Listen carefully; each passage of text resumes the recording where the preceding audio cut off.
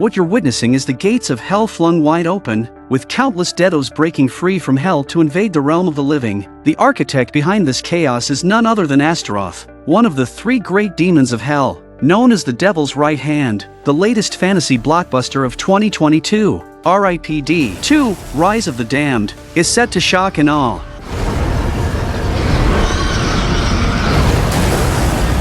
The timeline takes us back to the Wild West of America in 1876, where an old miner is digging for gold secretly buried by the mine's owner inside an ancient mine shaft. At the same time as the solar eclipse occurred, the man, instead of unearthing gold, fortuitously dug through a fissure that connected the human world and hell. Unaware of the severity of his actions, the man is soon possessed by a deado emerging from the crack. The man eerily floated into midair before painfully crashing to the ground. Instantly, a burning ring of light appeared on his chest. After a brief struggle, the man falls still, only to eerily stand up again shortly after, his eyes now completely consumed by darkness. A month has passed, and in a small town not far from the mine, Roy, the town sheriff, arrives at the station to welcome his daughter, Charlotte, and her fiancé, Angus. They came to the small town for the upcoming wedding, but it was clear that Roy had yet to accept his so-called son-in-law at that time. Suddenly, gunshots from afar. The Samuels gang has launched an attack on the station.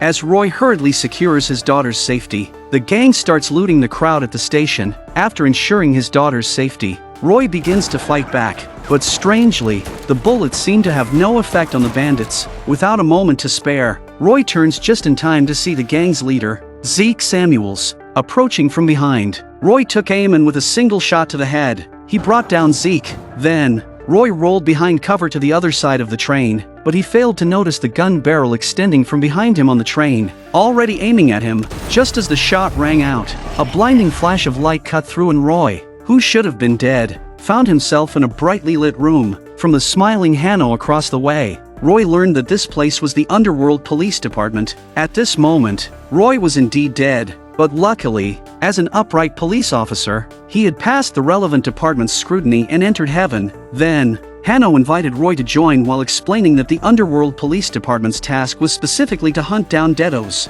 who roamed the human world, to prevent them from possessing humans and spreading disaster. Next, Hanno took Roy to the armory to select weapons designed specifically for deados. Hanno urged Roy to start work quickly because, just a month ago, under the influence of a sudden solar eclipse, a hell rift appeared near Roy's town in Red Creek. Hanno needed Roy, a local, to assist the other Underworld detectives in their investigation. However, Roy only heard the opportunity to return to the human world, so he agreed without a second thought. After being tricked into signing the contract, Roy was then stuffed by Hanno into an old fireplace and sent back to the human world. After coming to his senses, Roy meets his partner Jean, who has been waiting for him. Jean told Roy she had been dead for 445 years, but Roy, eager to return home, directly ignored her. Roy rushed home, now only wanting to see his beloved daughter at the first opportunity, but just as Roy was about to open the door, Jean stopped him. After a series of friendly negotiations, Roy is shocked to find that he is no longer his original appearance, but Roy was still stubborn about going home, believing that even if his appearance or gender had changed, he could still find a way to make his daughter recognize him. Jean then told Roy that to prevent chaos in the current society, they could no longer communicate with any relatives or friends from before their death, because whatever he would say to his friends and family would only come out as gibberish, just like now. At this moment, Roy's friend from his lifetime, a priest, came to mourn Roy. Roy inadvertently learned from the priest that his daughter's fiancé, Angus, had been kidnapped by Samuels, and now 3 members of the Samuels organization were being captured by the federal marshals and were in transit. Hearing this, Roy decided to intercept them to save people, and Jean, who followed, discovered that these people had long been possessed by deados. Thus, with their cooperation, they knocked down 2 marshals, one after the other. Climbing onto the prison van, Roy was shot by a marshal, but in the next second, he got up as if nothing had happened. After successfully tying up all the marshals, Jean then dropped a drop of holy water on one of the captured 3. As the light circle on the man's chest began to dissolve, the true form of the deados was fully revealed.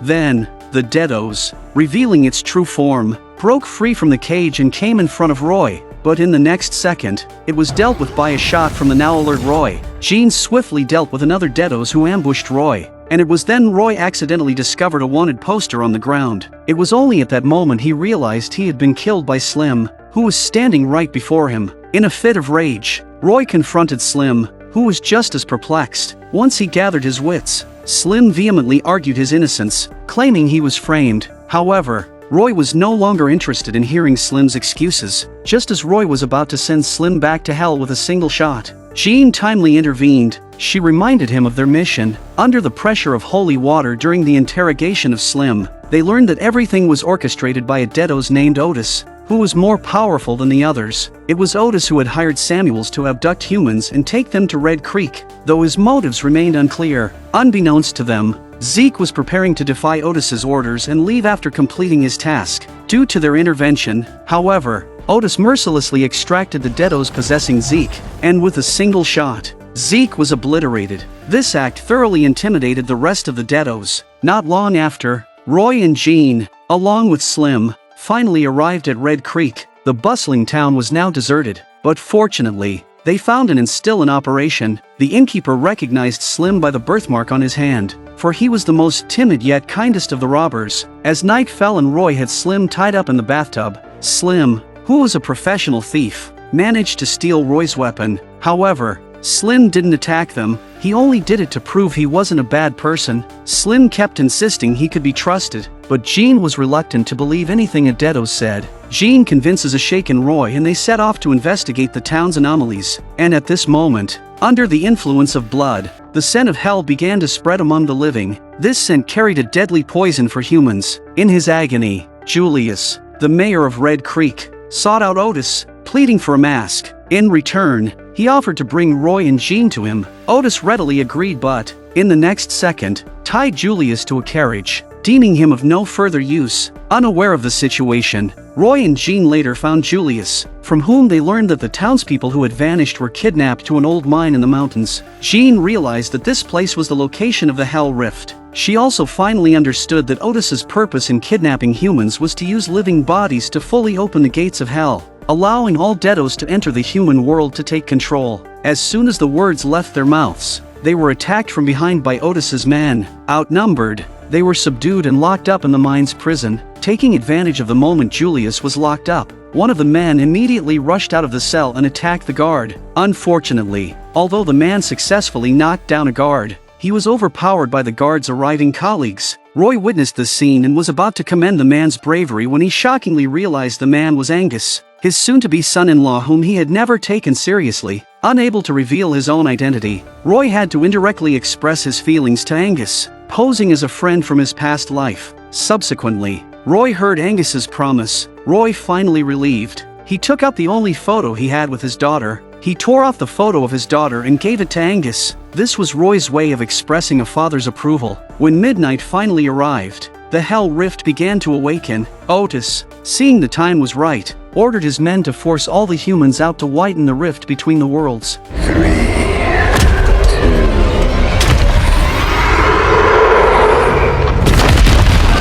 The ground collapsed completely, and the gateway to hell was successfully opened. Countless Deados came from hell, randomly entering the bodies of the living, fully occupying and reviving in human forms. Still locked in the prison, Roy learned from Jean that the only way to close the gates of hell was with a tear of Jesus that she held. But now, their biggest problem was how to get out. As they felt helpless, Slim, whom they had imprisoned, casually walked in. Slim, boasting of his freedom, even took out a gun from the guard's bosom and aimed it at Roy, but in the next second, he turned the gun and eliminated the guard. Jean seized the moment to pick up the dropped weapon and neutralized another person. It turned out that the hotel waitress, unable to find Julius at night, accidentally discovered evidence of Slim being framed in Julius's drawer. She then gave the evidence to Slim and released him at the same time. Immediately after, Slim handed over the evidence of his framing to Roy. Understanding the beginning of everything, they finally started to trust the only kind-hearted Deado in their presence. Then,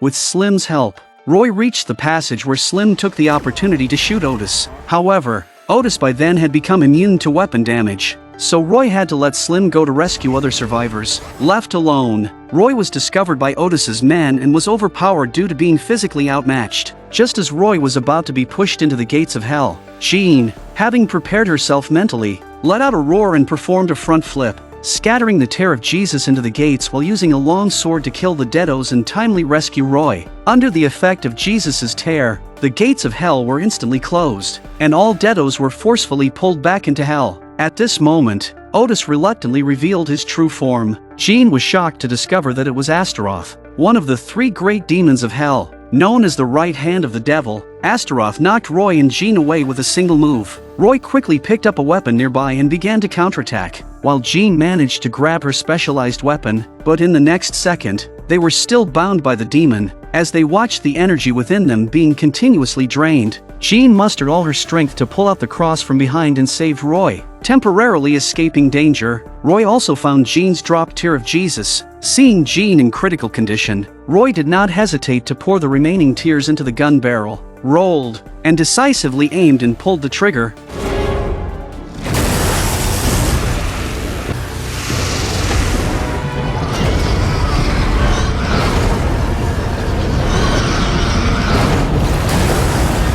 The crisis was finally averted, and the surviving humans returned to Red Creek. Ironically, Roy finally understood the truth behind his death. After Otis took over Red Creek, Julius, who had fled, unintentionally boarded a train used by the Samuel Bandit organization to kidnap people. Not wanting to be taken back, Julius, when attacked at the station, mistook Roy for a bandit and accidentally killed him. Although helpless, knowing the truth allowed Roy to let go of his obsessions. In the end, Roy, dressed in his best, attended his daughter's wedding. As a man, he acknowledged his daughter's husband. As a father, he gave his daughter one last hug. Roy left with reluctance, knowing that as an officer of the Underworld, his mission continued.